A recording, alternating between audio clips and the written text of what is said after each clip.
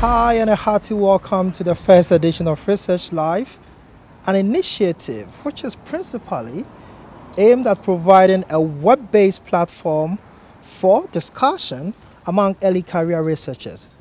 And notably, such discussions will be informed or enriched by inputs from more established research leaders. And for today, we have Professor Geoff Rodgers. Professor Rodgers' current role is to lead Brunel University in the next stage of its research development, to principally ensure that it sustains a diverse and evolving vibrant research community. He was recently appointed as one of the new members of HEFKI Knowledge Exchange Strategic Advisory Committee. Professor Rodgers is also the chair of the Research Excellence Group of London Higher. It's my pleasure to have Professor Rodgers here today. Good afternoon, Professor Rodgers. Good afternoon. And welcome to Research Live. So to start with, what do you perceive to be the key highlights in your academic career so far? The things I've enjoyed most within my career, I guess there are two aspects to it. First of all, in my current role, I get to work with the very best researchers within the institution and try to help them to improve their research and be more successful and take their research out of research into public benefit. And I think that has been a great experience to see very talented researchers right the way across the disciplines and see how they work and working with them to try and improve their outcomes. So that's certainly been a highlight. But also personally, I suppose I enjoyed very early on in my career, I wrote, in fact the very first paper I wrote was on a particular problem in random matrix theory, and 20 years later I wrote a paper that built on that applied it to a very different problem that lots of people were interested in at the time, and I was able to, so I had two papers which were quite highly cited together, separated by about the best part of about 18 years, and that was quite a nice feeling to see the sort of the progression of the subject and applying a methodology I developed in 1988 applied to a problem that didn't exist until about 2006, 2007. So that was quite a nice feeling. Anyway. Can you tell us a bit about the main challenges you were faced with in your journey? Well, I guess early on, I've been at Brunel a long time, the research culture was not so well developed, and so there weren't so many people to work with, and obviously finding people in your own field to work with was quite even more challenging. And so I started off quite an isolated. Quite early on, I realised I didn't have any collaborators and needed to find a way of finding them, really. And it took me a while to realise you have to be quite proactive about that. You can't just sit in the office and wait for somebody to put their head around the door and say, hey, do you want to write a paper on X? You know, you have to actually go out and find these people. And so I wrote to a couple of people overseas and said, would you like to collaborate with me? There's this money available from the Royal Society to work together. And one of them said yes, and we applied for the money and got it, and I worked with him and wrote 2 or 3 papers. And it was quite a nice relationship, and it allowed me to get my research moving in that area. And then so I then wrote the letter to somebody else and worked with them as well. And over the next 10 years, built up my career working with people in Europe, who I approached directly. And then, of course, what happens is, of course, people started approaching me. And before I knew where I was, I had a large group of collaborators all over Europe, and that has driven my career ever since. But it was the realisation that, early on, that you have to actually make those networks. I mean, these days you probably send an email these days rather than write a letter, but you still have to be proactive about it and make it work for you. What would you say are the key things early career researchers need to consider in order to be successful? High quality research has 3 attributes, typically, in theory, and that is that it's significant, that is, say you're working on an important problem, that it's original, that it's new, and that it's rigorous, that it's well carried out, the methodology is strong.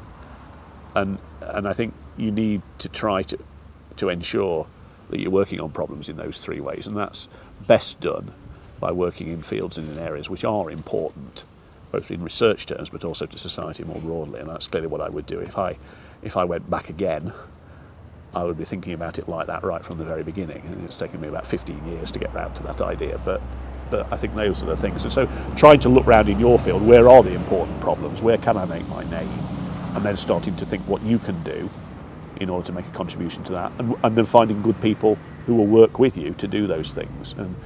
early career researchers may not perhaps have as many skills, but they have time and energy. And when you get more experienced, you have experience, but you don't have time, and sometimes you don't have all that much energy either. So everybody wants to work with early career researchers. So early career researchers need to be proactive about linking up with people that they want to collaborate with. If you were to begin as an early career researcher, what, if anything, would you have done differently? I think I would have started getting grants much sooner, because for a long time I wrote a lot of grants that were pretty uncompetitive, and it took me a long time to realise that I wasn't writing in the right area, I wasn't doing it in the right way, and so on. And now, of course, I've considerable grant income over the last 10 or 15 years that has been built up in the first period, hardly anything at all. So I think I would have done that differently as well. And I tried to pay attention to there's a lot more development and training available now than there was in the late 80s and early 90s. And so I think taking advantage of that is very important, and really engaging with it and working out what it means for yourself is probably pretty important. And I think I'd like to think if it had been available then, I'd have taken advantage of it. But it was more difficult then to learn those skills. People thought that researchers were just bored, and that once you got your first faculty position, that was it. You were there, and that's obviously ludicrous, of course. But now, in terms of the future, what do you envisage to be the main challenges that future research holds for early career researchers? It's clear that with funding diminishing and people wanting to understand what the value of research is, people are going to be much more clustered around major sort of societal challenges.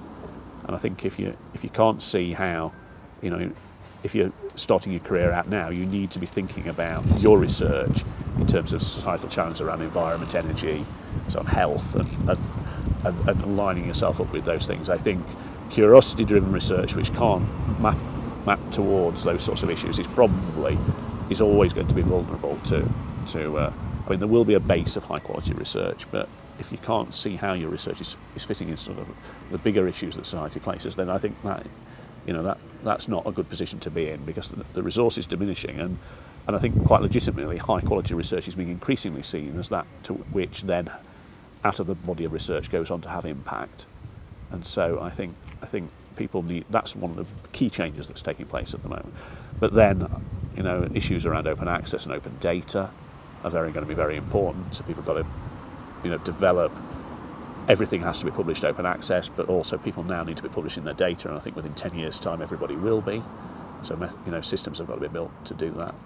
And I think issues around research integrity are going to change the way in which researchers do research and think about research in the future as well. And I think younger researchers need to pay attention to those issues, because they are a developing agenda, and people are going to have to change, in some respects, change the way they do research in order to document it better and disseminate the findings more effectively. And now, finally, prior to this interview, we had discussions with a few early career researchers.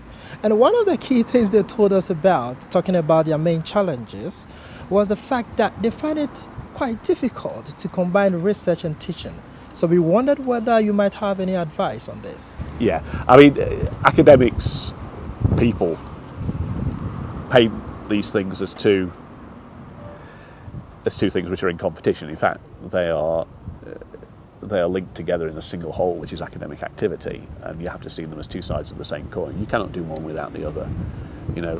Effective researchers have an obligation to teach, to create the researchers of tomorrow, and an innovative teaching, it comes out of research ideas. It comes out of developing the discipline and then communicating that, or developing new teaching methodologies,